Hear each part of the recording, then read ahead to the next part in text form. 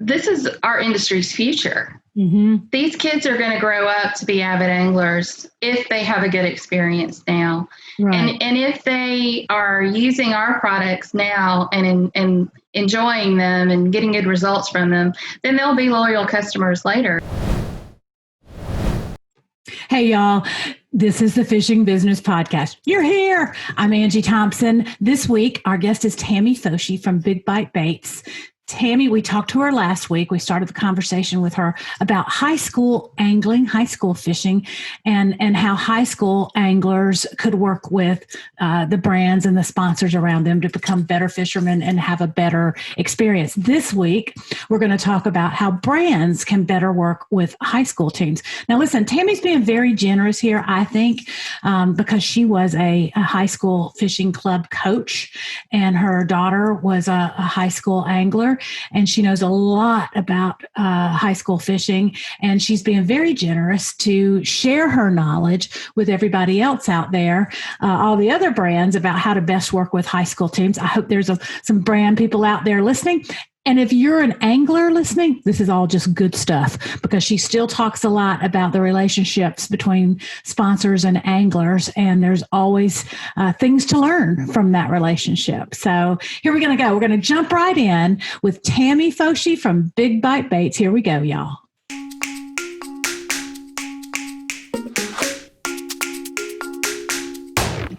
So we started talking last week, Tammy, about your involvement with high school fishing. You're a coach. You're a sponsor now.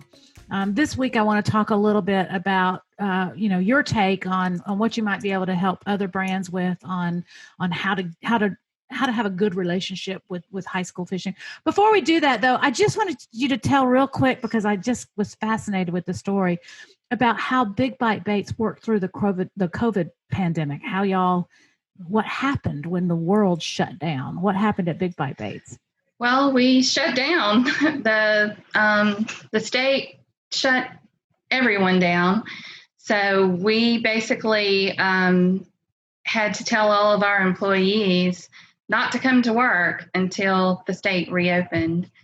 And in the meanwhile, we had just put a sale on our face masks up on our website, because we were trying to help everybody get them at an inexpensive cost, since the pandemic, everybody was saying you needed to wear masks. Right. And we had a great response to that. Were they buffs or actual masks with ear things? They were buffs. Yeah. And we had just miraculously gotten a huge order in. Oh, that's that fantastic. We were just replenishing our stock. So we had a lot of them. And so that's why we discounted the price and offered that special. And then we found out we were having to shut down. So in the meanwhile, what we did was the family came to the company, and we basically worked every position here and got every order we could out the door. And it was a very scary time for us, because we were hearing from customers that they weren't going to be able to pay for 6 months, and they were canceling orders and things like that. But we just said, well, we're going to just get what we can out the door, and pray all goes well. We told our employees, of course, not to come in until it was safe to start work again. And thankfully, we were able to keep everyone paid the whole time they were off. And after the 3 weeks of complete shutdown, the state allowed us to bring a handful of people back. We were allowed to have 10 people here. And then a week later, we were allowed to have 20 people here. So we just gradually brought people back, telling people that, if they had conditions or concerns with their kids or whatever, not to worry about it. They would come back when they could. But well, I loved this story, Tammy, because I just have this picture in my head of you, who is usually the business strategy kind of person, and maybe the accounting and that side. back there and shipping and receiving, boxing up things to send out, and Scott maybe has to like package things together and put orders together, and Scott was pulling orders and I was checking those orders and typing up the shipping. I was a shipping clerk. You know what? It is old-fashioned hard work and work ethic and ingenuity that gets people through the hard times. And we haven't had a lot of hard times in our lives. We just, most of us haven't. We may think we have, but we haven't. Right. But I love hearing those stories of people that figured out how to do the hard work when we really needed to do the hard work. And you guys were certainly one of them. And I appreciate that and respect that about Big Bite Baits a lot. So. Well, and you know what? We learned so much during that time period, because oftentimes you don't realize maybe something's not working the way it should until you're in that position. So we have made so many changes around here just from what we learned during the shutdown. So welcome out of my shoes, right? You said, this would really help this person if we did it this way instead. Yeah. So it really helped open our eyes as to some things that we could improve. Well, Walmart was one of my clients when I was with Bass, and they had a policy that their executives had to go work at the store level so many hours a year or a quarter. And I always thought that was a very good policy. It might even be per month, but I always thought that was a really good policy so that you can see what the people that you're managing, what they have to do and what their challenges are. Mm-hmm. That they have that at Books A Million while I was there as well. Yeah. You had to go and work in the stores, especially holidays, to help support the staff. And you really did learn a lot by doing that. So I agree 100%. Okay, let's talk back to high school fishing. Let's talk about what are some of the valuable lessons that you've learned as a brand from working with high school fishing over the years. Valuable lessons.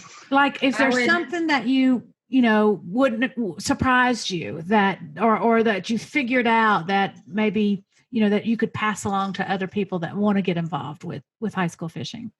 Well, I can tell you that early on, there were a lot of companies that I talked to who didn't really want to get involved with high school fishing. They saw it as, these are young people who don't have very much money. They're not going to spend very much, it's really not worth our time.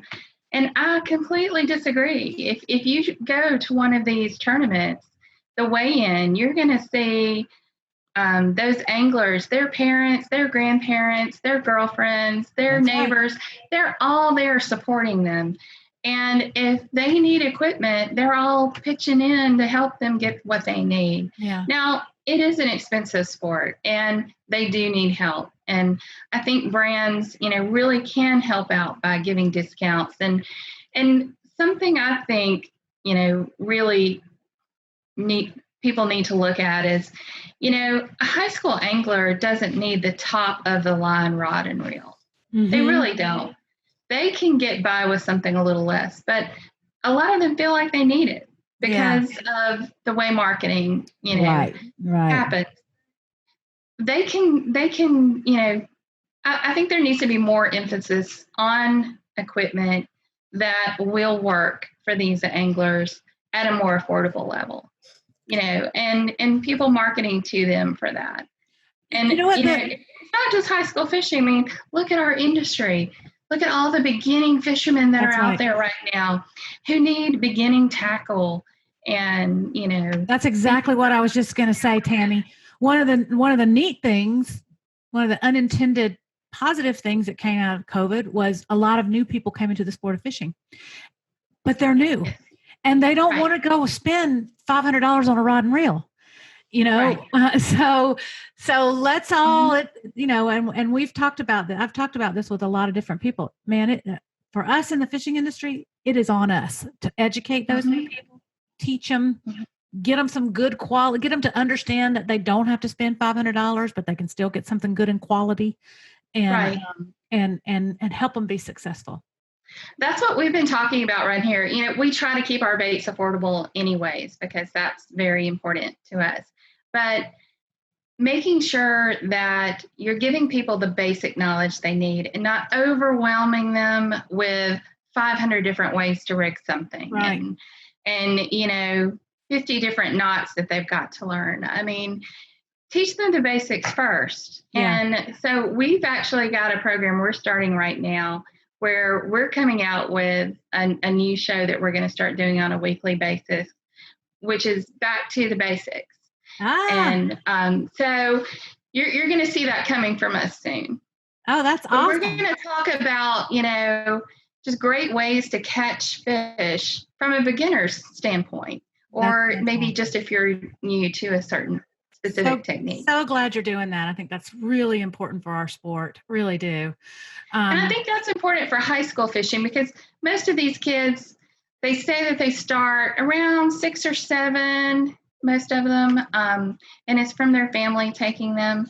But they've probably not done very much fishing, and definitely not tournament fishing. Right. High school fishing is probably the first time that they enter a tournament. And there's so much that goes into preparing for a tournament that just helping them get the education that they need to help prepare for their day out on the water. Yeah, agreed. And the brands out there that want to work with high school fishing can really help with that. They yes. Let me ask you this: activation. But it's on us to do that. Yeah, it's that's right. Activation of a sponsorship or even just an event can be overwhelming to brands. It costs a lot to activate. It costs a lot of money and energy and resources. How do you guys activate around high school fishing? When it comes to high school fishing, we try to get involved at the weigh-in level as much as possible. And that's difficult because there's so many tournaments going on so many places. But we sponsor not only high school teams, but we also sponsor trails, which is important to us. So, for instance, we sponsor the ASA BFA and Alabama Bass Nation Trails here in Alabama. We sponsor some of the trails in Texas and in different states. And we try to give, prizes, but we also try to have people show up with tents at these events so that there is someone there who can talk to the anglers as they come in. How do you do that, Tammy? You don't send somebody from Eufaula out to Texas for a high school tournament, do you? We reach out to what we call our regional pro staff. Okay. So not only do we have our elite pros, our opens pros, so forth, but we have staff members that are just a level below that. We call them regional because we try to select staff members based on their geography so that we make sure we have someone in the Texas area or California or, New York, whichever area we're focusing on. So here's a takeaway. Please stop by this tournament. We'll send you a tent and so forth to set up. So here's a takeaway for somebody that is trying to get a sponsor, right? You live in Texas. You want to get to the next level. Reach out to a brand and say, could I help you at high school tournaments in Texas? I'd be happy to go on your behalf. There you go. And I bet the best way to get my attention, if you're a regional angler, is to say, how can I help you? I think I can do this for you. And, anybody can apply for sponsorship with us. They simply go to our website. We have a sponsorship tab, and you can apply for high school, college, or individual sponsorship. Right. So we look at those. We go through it. Most of our regional guys, we add those one time a year. So this is actually the time of year that we add people. And it's usually in the October, November timeframe. Yep. Right. So we relook at who all is representing us and what areas we need to add individuals and so forth. Makes sense. Makes perfect sense. So this is kind of backtracking a little bit, but there's a point I'm trying to get to here. But as a brand, why is it important to you to have that direct consumer engagement with a high school angler? Because they're the future of our sport. Yeah. It's as simple as that. And it's different. They're going to take us into the future. And it's different than them seeing your message on the internet or in a magazine when you have that sort of direct contact with them. Don't you agree? Right. When they're wearing Big Bite Baits on jersey and they feel like they're representing our brand and they're using our products and they're catching fish, then on our products, then that gives them that pride that they're representing us and they feel a part of our team. We call it Team Big Bite, of course, and it's just important to build that at this stage. Yes. Level. So I agree 100%. And that's something I would reach out and say to pros, to anglers, something that I've always been taught in this industry that is so important is loyalty. Yeah. Big Bite doesn't have to be your bait company, but if you have a bait company that you love their products and you love fishing with their products, that's who you should try to be representing. Don't try to represent someone that you don't use their products. Right. Because it doesn't mean anything unless you're, like I said before, authentic and you really care about, those products. That's right. Goes back to being authentic for sure. I love that. What other brands do you see besides Big Bite Baits? What other brands do you see doing a good job with how they interact with high school teams?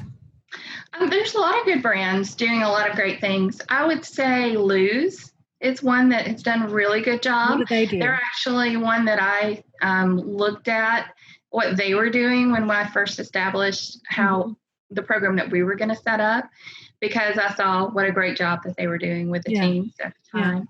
I think Daiwa's doing a good job. I think Lowrance has done a really good job. And what are some of the things they do that you think are valuable? They're showing up. They're showing up at these events for the high schoolers. They're giving them programs that they can participate in and putting on clinics. And I can tell you, when I was a high school fishing coach, it meant so much to me to have some of these brands come and meet with the team. Mark Sullivan at Lowrance would come and meet with us and talk about how to adjust their electronics and how to locate fish and things like that. You would have the guys from Sunline come and talk about the different types of line and what you need to use in different circumstances. Yeah. We had so many companies reach out and do that. And that is so important for the kids to learn. And a lot of coaches probably don't even realize that companies will do that, but they will. All you have to do is get in touch with them and they'll find somebody to come by and meet with your team. Yeah. And it's so great when they do. Yeah, that's good. I love that. I haven't heard anybody say that before, and I love it. I know that when I have gone to high school angler meetings, the meetings before I'm always so impressed when somebody that I've seen come to an elite event and speak to the anglers. When he comes to a high school event and speaks to the anglers, I'm impressed by that. I am like they're doing something good here, and these kids are always going to remember that. And the pros also, and it doesn't have to be an elite pro, but any pros that can take time out, to meet with these high schoolers, it means so much to the kids. I can tell you that two of my favorite guys in the industry, because of their willingness to really reach out and do things for kids, are Aaron Martins and Randy Howell. Yeah. I mean, there is never a time, they're not members of my pro staff, but there's not a time that I didn't ask for their help that they didn't show up. And that says a lot. I love that. All right. I'm making notes here. Okay. What do you think the industry as a whole, the fishing industry, all of us, the brands, the marketers, the leagues, what do you think we could be doing better for high school fishing? That's a hard one. High school fishing needs information, and they need volunteers. Mm-hmm. If you look at how many high schools there are just here in America, I think it's over 28,000, and you look at 35,000 or 40,000 anglers right now, think of what that number could be. Yeah, right. If we had an easier way for these teams to get developed and for people to have the knowledge that they need to start these teams, grow these teams. I mean, it's the possibilities are just incredible. I mean, right. I think Yeah. And if you look at this year of all years, when you see such a huge growth in our sport, and think about how many of those new anglers this year are kids. Right. I was listening to a meeting that the ASA had put on, and we're projecting somewhere between 9 and 12 million new anglers this year. Yeah. And that they think, only about half of those are kids. Half. Well, I can tell you from anecdotally from me and several other people that I've spoken to about this, I got a lot of calls last spring because youth sports were canceled. And so I got a lot of calls from people saying, hey, I want to take my kid fishing, but I don't know what to do. Tell me what to do.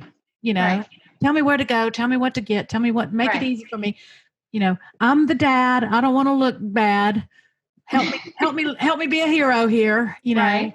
And so I think that's, we got to help all those guys stay heroes. Yes, we've got to keep them involved in fishing. They come out and they've tried it and they love it. Now let's keep them fishing. Right. Let's give them the tools that they need, the education that they need, the products they need. I know one of our new items this year, for instance, is a kids kit, and it comes with it a link to a video where they can see our coach here, Coach Les, explaining how to use the products. Yeah. Yeah. And how to apply them. So, I mean, that's things like that really, are needed right now. I agree. Switching gears here just a little bit. Hopefully we'll have ICAST again this summer. Yeah. Because we didn't have it last year. We really hope we have it again this year. But should a high school angler go to ICAST? Because it's expensive. And, it's one of those things when I'm at ICAST and I see high school anglers there, I'm like, God, they're so lucky they get to do that. But then I'm like, all of them can't do it. How important is it, do you think, for a high school kid to go to ICAST? I think it can be important. And I think, of course, they really love it. I can tell you, my daughter, absolutely. It's like Christmas to her. She says she looks forward to ICAST more than she does Christmas because she can't wait to get in there and see all the new products and companies and so forth. But it's important for high schoolers to realize that this is not a sponsorship show. Right. That this is a show where everyone's bringing their new products and they're talking to potential buyers. And so it's a very busy time for the manufacturers that are there. I think it can be important for high school kids to get some exposure to these brands and to meet people at these companies that they like, but they just need to know how to approach the companies. I think ICAST is set up to where the final day is really meant more for high schools, and most of the deals have been done by then, so that's a good time to go in.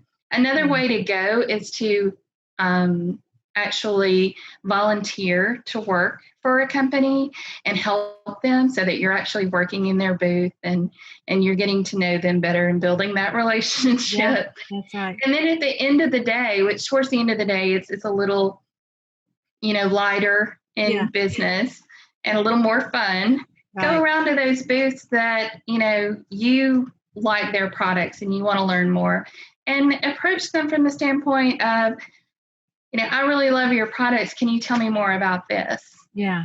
Don't walk up to a booth and say, can you give me a sponsorship? Because that's not what they want to hear, that you like their products. They want to find out more about you, but not, have that pressure. Yeah. And I think they also want to know what you are willing to do for them, even if it's not, and it's not really, at the end of the day, it's not really about, it's really about the fact that you recognize you need to do something for them, and that you have a work ethic that says, I'm going to work hard for you, not just, will you give me a sponsorship? Right. I can tell you that I've had kids come up and volunteer to help me break down my booth at the end of the show. And do you think they got sponsorships? Yes, they did. because they volunteered their time to help me. So, of course, I'm going to try to help them as well. Gotcha. I love that. Okay, I kind of got off track there. But so back to the brands that could working with high schools. Do you think the kids Do you really think that it instills brand loyalty in them when a brand works with a high school team? I think so, definitely. Yeah, I think I do too. I mean, I've seen it. I've seen it in Laura Ann. I've heard Laura Ann, your daughter, say, I've been working with them since I was in high school. And I think that it's something that she would continue to do, and be an evangelist for those brands. That's yes, definitely. And that's the other thing I think sometimes we forget is these kids are also the ones that get asked by their peers, how do I get started? What do I need to get? Right. Most high school anglers join a high school fishing team because they know someone on the fishing team. Yeah, there you go. They have a friend who said, hey, come fishing with me, or join the team so you can be my partner. Yeah. And so forth. So, yeah. Good. I love it. Definitely. Okay. And when they learn to fish with certain equipment and they have that loyalty because that company has helped them, then, yeah, it means a lot to them. Yeah. And like I said, it is important to us as well to see the people that we sponsor stay loyal to brands, because if we see someone moving from one company to the next, right, they're probably not going to stay with us either. So wow. That's right. That's right. You got to take that into consideration. Okay, we're going to look back at our elite pros. You're not going to find a company probably out there that has been as loyal to our guys as we have been. We've had the same. We've added new. I agree. Staff, but our original pro staffers are still here with us, like Jeff Crete and Dean Rojas and others. Yeah. So. I love that about y'all. I really do, and I have noticed that before. And I did notice that you took some steps in the last couple of years that probably were you didn't think you didn't know you were gonna have to do that, but you remained loyal to your pros and grew. So that's great. That's great. That's very. And we've got some great new guys. We are so excited about the new guys that have joined our team, from Drew Cook to Drew Benton and Garrett Paquette and Harvey Horn and, oh my goodness, Bradley Hallman, who designed the BFE for us. So that's great. We've got some great new blood on the team. We're also still there with the guys that, helped us to get where we are today. Right. Got it. Okay. Good deal. All right. We're going to take a quick break here. We'll come right back and talk a little bit more with Tammy Foshee of Big Bite Baits. Do you know what your personal brand is? Because everyone has a personal brand. You may not be intentional about it yet, but all that you say or do or write or post contributes to how others perceive you. And that, my friends, is your personal brand. If you want to develop your brand and mean the things you want it to mean, I have a workbook that will help you get started, and it's free. You can download my Developing Your Personal Brand workbook at www.fishingbusinessschool.com/brand workbook.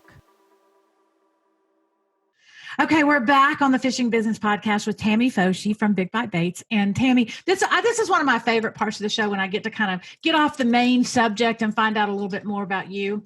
But so these are kind of like my rapid fire questions. The first one is really kind of fishing related, but a little bit different. What's a trait you most like to see in people that you hire or that you want to work with or that you are on your pro staff? What's one of their personality or work ethic traits that you like about you want to see? I would say a self-starter who's not afraid to work. There you go. That's great. I mentioned in last week's a podcast that Tammy's daughter was an intern for us last summer, and she was a self-starter. You taught her well. She was a self-starter, and she was not afraid of hard work. Now, she also lived with me, and she liked to sleep, but yes. But every college kid does. So that's normal. Okay, who's a living person that you most admire? It would be hard to say one person, because the people that I most admire are my parents.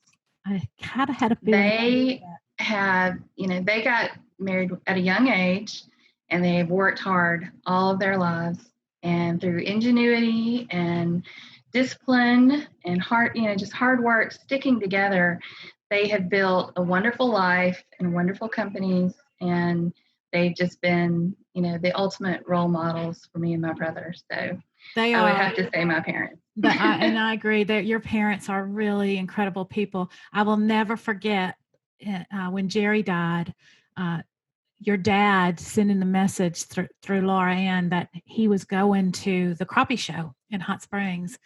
And it was right. He was going to be there the weekend or the week after Jerry died. And he sent word through Laura Ann that if I needed anything, that just to call him and that he would come take care of me if I needed it. And that was, I'll never, ever forget that. I'll never forget it.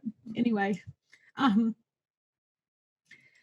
So back on track. What's something that is? They are loving, caring individuals, and yeah, no, that's right. And I should add that I had never met your dad at that point, and he was just he just was caring. He was just a loving, caring person, like you said. But you did something for his granddaughter. Yeah, that's and right. He will never forget that. And that's the kind of person he is, You became a member of our family. I love that. I'm happy to be an honorary member. So what gets you excited in the fishing industry right now? What lights you up right now?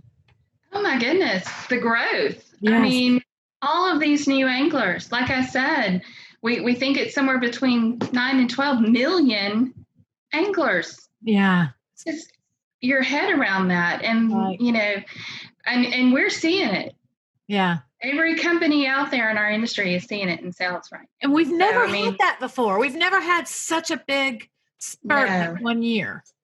Now, there have been times in the past, we always say that we're kind of recession, depression proof, because when people lose their jobs, they go fishing, which really is what has happened is people weren't able to work. They wanted to get outdoors and found ways to do, other things. And thankfully, one of the wonderful things to do is to go fishing, and they seem to be taking advantage of it. And think of how wonderful that is for all these kids who've probably been locked indoors playing video games for who knows for years now, whose parents took them fishing and opened their eyes to the great outdoors. So and like I said, it's on us to keep them in there. It's on us, y'all. It's all of us. Whether you're a brand watching this, whether you're a high school angler watching this, whether you're a pro angler watching this, or a marketer, it's on us, man. We got to reach out to them and make sure they stay with us, and give them the tools they need to be successful. Definitely. So they will stay. Right. And if you're someone who has a boat and has a weekend free, volunteer to be a boat captain for some of these high school kids. Take kids fishing. Yep. Understand that it is about more than you. And one day on the water, you can sacrifice that. Right? Yes. All right. Tammy, thank you so much for spending so much time with us. You've been very generous, and I really appreciate it. Like I said, I just think the world of y'all, and I admire you personally. I admire the brand, and I love what you guys are doing. And I thank you from the industry. I thank you for what you're doing. Well, thank you for doing this, because I've been enjoying watching them and I've been learning from them. And I think a lot of people have a lot to learn with this great wealth of knowledge that you're putting out here. Oh my God. Nobody's doing this. This is so smart of you to start this. And thanks a lot. And I'm going to have you back on as soon as I can, as soon as I think up some new things to talk to you about, which won't be hard. Maybe next time we can have LA. Yes, let's do that. That'd be awesome. We'll have her daughter, Laura Ann. We'll have her on. She'll be awesome. All right. Thanks again, Tammy. See you next time. Thanks. Bye. All right, Tammy Foshee from Big Bite Baits. We owe her a debt of gratitude for sharing her knowledge with us today. I hope you enjoyed her as much as I did. She's a really neat lady and very, very smart. And we can all do with more conversations with more smart people, don't you think? All right, I'm going to close things out this week the way my favorite fisherman always closed out his show, The Fishing Hole, by saying, "This is dedicated to Dad, because he always had time to take me fishing." See you next time, y'all.